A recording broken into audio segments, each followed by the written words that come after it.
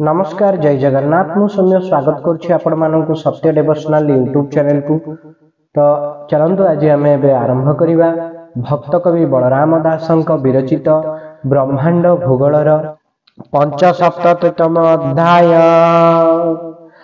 Arjun watch पुणी पचारिल अर्जुन भोनाथ आरत भंजन से देशे कृष्ण मृग सार न देखी से विष्णु भक्तर से देशे पतित होइला संशय फेड़ नंद भोला पतित देशे के बोलाई कृष्ण मृगटी के अटई ए ज्ञान कह फेड़ी करी सुनी मु ज्ञाने जीवितरी श्री भगवान वाच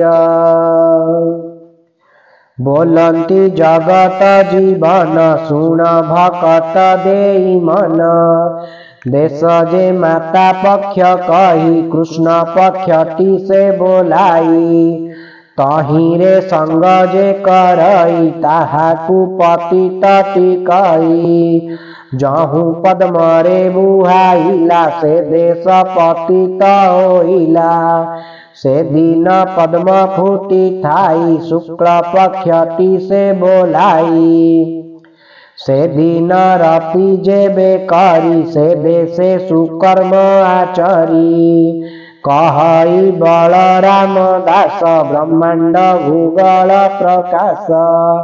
इति श्री ब्रह्मांड भूगोल वर्णने हरि अर्जुन संवादे पंचसप्ततितम अध्याय समाप्त।